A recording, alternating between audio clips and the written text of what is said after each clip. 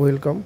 আজ আমরা এই ভিডিওতে দেখব জয়পুর ফরেস্টের মধ্যে দিয়ে যাওয়ার কিছু প্রাকৃতিক দৃশ্য, যেটা অবশ্যই সকলকে মুগ্ধ করবে, যেটা আমাকেও কিন্তু ভীষণভাবে মুগ্ধ করেছিল।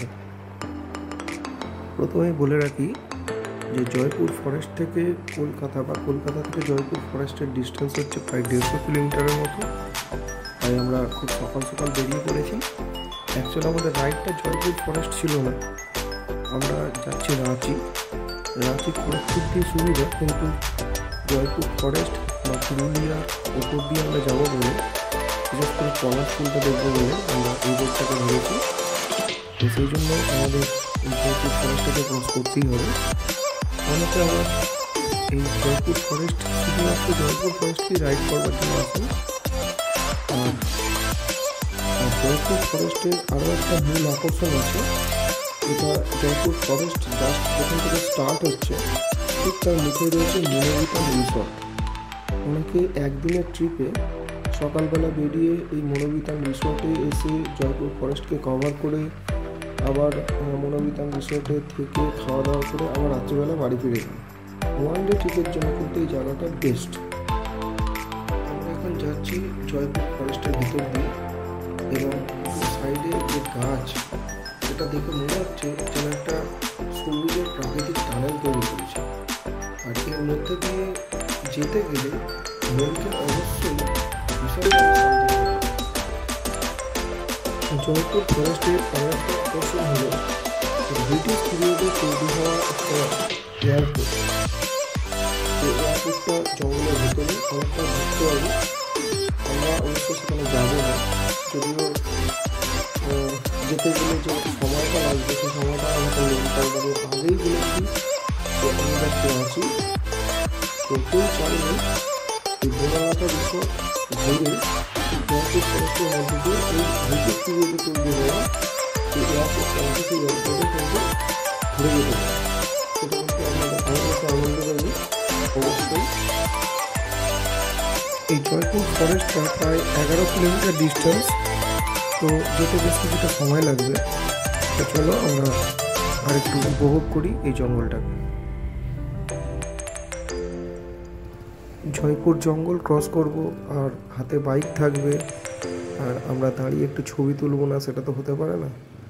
তো এই একটু দাঁড়িয়েছিলাম মাঝখানে, কিছু ফটোশ্যুট হয়েছে, তারপর আমরা আবার বাইকটা স্টার্ট দিয়েছি। এবার আমরা রাঁচির দিকে এগিয়ে যাব।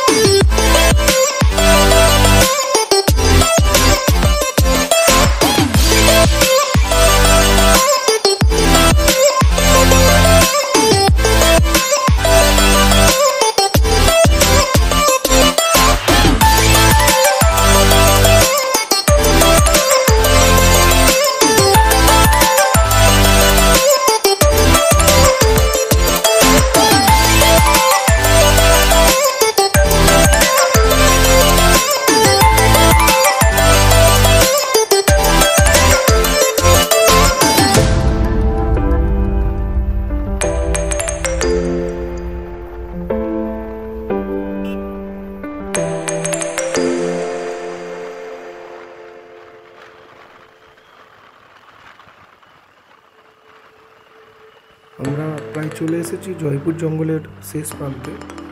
আর আজকের এই রাইডটা আমাদের শিখিয়ে দিয়ে গেল যে প্রকৃতির মাঝে সময় কাটানোর যে কি আনন্দ পাওয়া যায়। তাই সকলকে বলছি, আসুন জয়পুর জঙ্গলে এবং প্রকৃতির মাঝে আনন্দ উপভোগ করুন।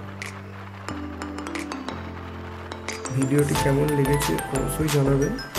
ততক্ষণ ভালো থাকুন, সুস্থ থাকুন এবং প্রকৃতির মাঝে ঘুরতে থাকুন আর প্রকৃতিকে অবশ্যই উপভোগ করতে থাকুন। ধন্যবাদ সকলকে ভিডিওটা দেখার জন্য।